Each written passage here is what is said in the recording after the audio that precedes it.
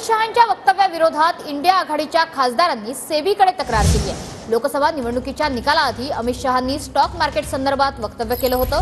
या प्रकरणी आता इंडिया आघाडीचे खासदार आक्रमक झालेत। इंडिया आघाडीकडून 30 लाख कोटींच्या नुकसानाच्या चौकशीची मागणी करण्यात आली आहे। यावेळी ठाकरे गटाचे खासदार अरविंद सावंतांसह तृणमूलचे खासदार साकेत गोखले, कल्याण बॅनर्जी आणि सागरिका घोष या उपस्थित होत्या।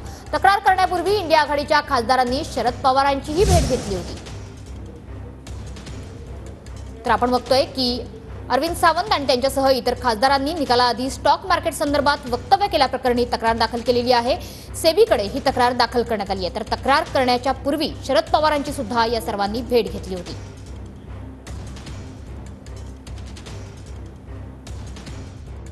तारखेला मार्केटमध्ये शेअर बाजारात प्रचंड मोठी वाढ होईल आणि तुम्हाला प्रचंड मोठा नफा होईल। या नफ्याच्या आशेपोटी सर्वसामान्य माणसांनी पैसे गुंतवले आणि त्या सर्वसामान्य माणसांचे 30 लाख कोटी रुपये ज्या दिवशी निकाल जाहीर झाला त्या दिवशी त्यांचं नुकसान झालं। कुणाला प्रॉफिट झालं आणि मग हे राजकीय जी कोणी माणसं आहेत राजकारणातली धुरंधर त्यांना प्रॉफिट झालं का? आम्हाला याची चौकशी हवी आहे आणि ती गंभीरपणे याची चौकशी तुम्ही केली पाहिजे।